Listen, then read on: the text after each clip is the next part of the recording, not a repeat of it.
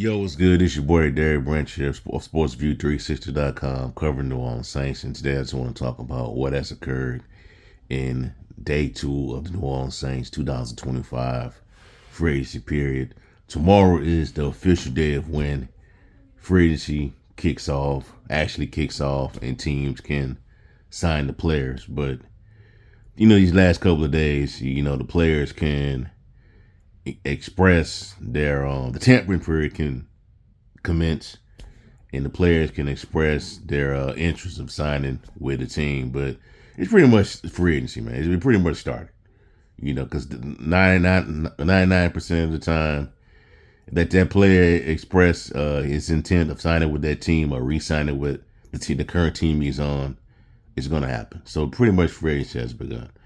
But regards to the Saints, today it was day two of free agency period, free agency transaction, and so far they've kind of reversed the course. They don't get hot till like that second wave, that second week of second or third week of free agency, but they get things started early this time. And Mickey Loomis said he was going to be aggressive this year in regards to free agency, and he's doing that.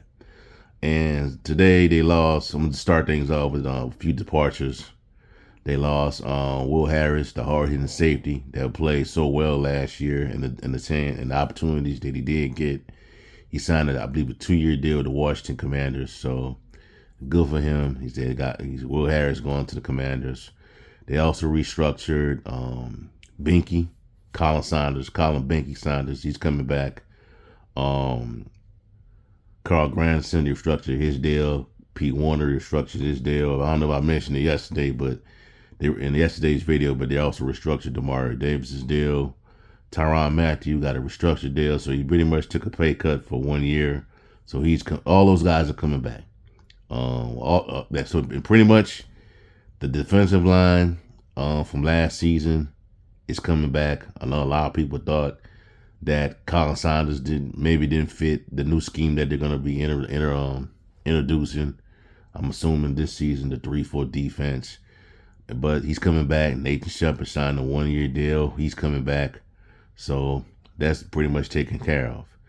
Juwan Johnson, a lot of people kind of raising some eyebrows at that sign. I think he got a 3 years, $30 million deal from the Saints. So he's coming back. Now, in regards to Juwan Johnson, what are you going to replace him with? I mean, I just saw somebody out there say that they had like a list. There's like 10 to 15 tight ends out there that could have replaced Juwan Johnson. I'm like, where on the market are these 15 tight ends? He had over 500 yards receiving, 4 touchdowns, if I'm not mistaken. Top 15 range for a tight end. Okay, I thought they would have part ways with Juwan Johnson due to that cap situation, man. But Mickey Loomis said he was being aggressive, and this is a result of that. So Juwan Johnson back for 3 years, $30 million deal with the Saints, over $30 million with the Saints. I don't know what the guarantee. Not so sure about the gotta look into the details of the contract, but on the from the guaranteed aspect. But Juwan Johnson will be a part of this team. Now, what I would like to see from Juwan Johnson is more consistency, man. More consistency. Can you reach your ceiling, man? Or the production we have seen these last couple of years, even though it's not that those numbers haven't been stellar, they have been consistent, solid. They're not on the upper echelon of the top tight ends in the league. Can we see more of that? Can Kellen Moore unleash another level of Juwan Johnson, a different version of Juwan Johnson?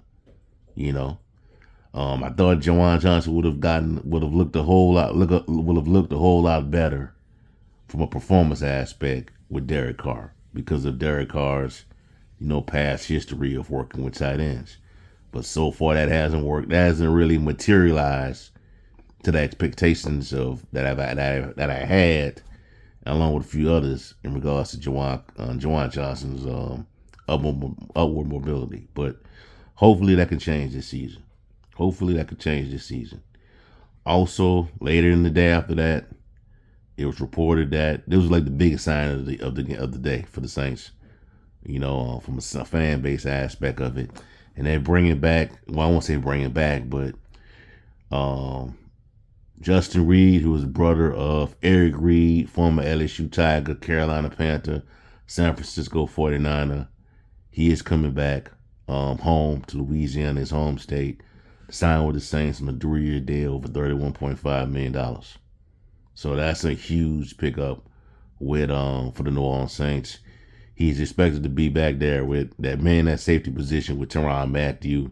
Both of those guys played with the Kansas City Chiefs, won championships together. So I think that's a good signing. I wasn't expecting that one. So you got Justin Reed back there along with Tyrann Mathieu. Other newcomer you got on that defense, you got not Mekhi Becton. You got Devin Gotcha, who is also another Louisiana native. So I don't know if I brought this up in a different video, but a lot of the transactions that the Saints have been making lately, even with the coaching staff, they're bringing in the guys that already have Louisiana ties. Look at the hiring of Bo Davis as a defensive line coach. Bo Davis is a Louisiana native and also was coming over from LSU. Doug Nussmeier, he has Saints ties. He got LSU ties with his son playing up the road down in Baton Rouge, Gary Nussmeier. You know, Chase Haslett, son of Jim Haslett, former Saints coach. So that's a lot of Louisiana ties with this current Saints regime. And I think that's good to know, good to have. You know what I'm saying? But Justin Reed is going to expect to do some huge things with this team. And like that's the big signings so far. But Devin Gotcha and Justin Reed, the big signings for the Saints so far has been on defense. You know, and I expect that to continue. You know what I'm saying? I know there are some people out there that are ruling out that the Saints, just because the Saints re-signed Juwan Johnson, that possibly is going to rule out them adding another tight end in the draft among the likes of the tight end out of Penn State. So Tyler Warren out of Penn State at 9. I think that's still a possibility. Because if you have two really good tight ends on this team, on this offense, that will play huge dividends for this team. If you can have Tyler Warren and Juwan Johnson both balling on this team. You know? And overall, man, based on my impression of what has been going on, my opinion, from here's my interpretation of the Saints' intentions based on these transactions, is that they feel as though they got a team that could contend. Believe it or not, they feel as though they got a team that could contend, and they're going to use those injuries as an excuse. Mickey Loomis is using those injuries as an excuse, and they're still building off of it. They believe that the real New Orleans Saints is that team that we saw those first 2 weeks of the season when they blew up the Carolina Panthers and they blew up the Dallas Cowboys. That's what they feel. That's what they feel they have. What type of team they have, you know? And so they're gonna run it back with everybody. Now, in my opinion is this. I hope that this coaching staff is the difference. I really do. I hope that this coaching staff, especially on the defensive line with Bo Davis, is a difference maker with this team, because that's where the same that same defensive line that got restructured today, contracts got restructured. That's the same defensive line that got ran over last year. Got ran over by everybody. Tampa Bay, Denver, the Raiders, the Rams. Who else? The Falcons. A bunch of teams the first time. That same defense that got ran over last year. The Eagles. You know, so I'm hoping that this coaching staff is the difference compared to last season. You know, and in regards to Mickey Loomis, I think I told y'all this yesterday in the first video. Speaking about free agency, Mickey Loomis will not blow this team up unless he absolutely has to, regardless of how we view it. I don't care. He will not blow this team up. As long as this team is hovering around that 9-8, 8-9 range, 7-10, they're gonna go for it. They're gonna run it back. They're gonna continue to kick the can down the road.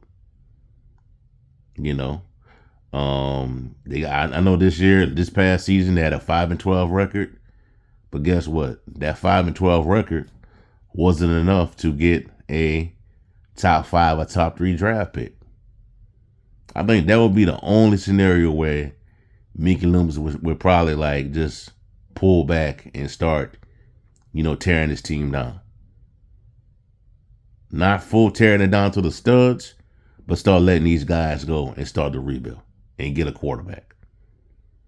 But until that happens, this is what you're gonna see. Until Mickey Loomis is no longer a part of this organization. And based on what I see, he has the full blessing of the ownership, Gail Benson, Dennis Lauska, to do what he's doing. And I told y'all this. He wants to win the championship before he bows out. That's what this stuff is about.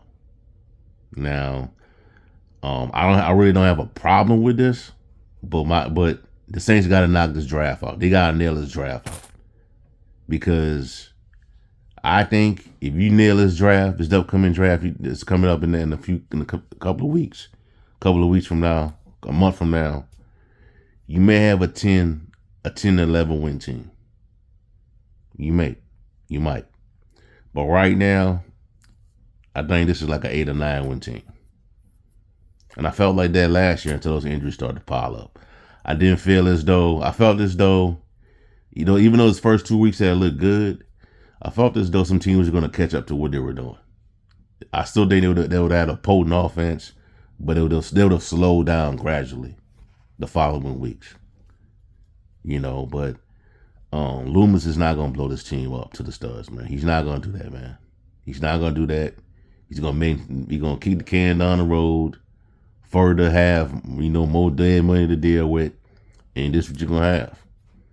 They're going to try to fight to win the NFC South. And they may have a shot.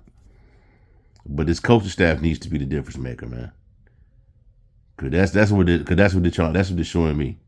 They're telling me that we're hurt real bad last year, and that the team that won the first 2 games of the season, that's the real New Orleans Saints, and not what you saw the weeks after that. Not what you saw against the Tampa Bay Buccaneers, the Denver Broncos, the Green Bay Packers, the Rams, the Commanders. That's not the New Orleans Saints. So something to think about. But good. So far, man, good first 2. I would think it's a good first 2 days for the New Orleans Saints, man. Good 2 first days for a good 2 opening days for the Saints during the free agency period. Looking forward to seeing what they got planned for the next couple of days. In regards to who they bring in, are they going to bring in an edge rusher, or are they going to bring in somebody like a Keenan Allen, Asante Samuel Jr., a player that's very familiar with Brandon Staley? Because you still have to address the cornerback position. You address safety, you address the defensive line by adding Devin Gacho. You got to address your cornerback position now after losing Parcel and Debo. So really look intrigued on how they're going to address that situation. So we'll see how it all play out. All right, so that's all for right now. Give me a like, comment, subscribe to the channel. Let me know how you feel. What are your thoughts on the Saints' second day of free agency transactions? And also check out sportsview360.com/Saints for latest content on the New Orleans Saints organization. You go there right now. I have a new mock draft, a new 5-round Saints mock draft posted on the site right now on the Saints page. Have a blessed day. Peace. I'm out. Do that.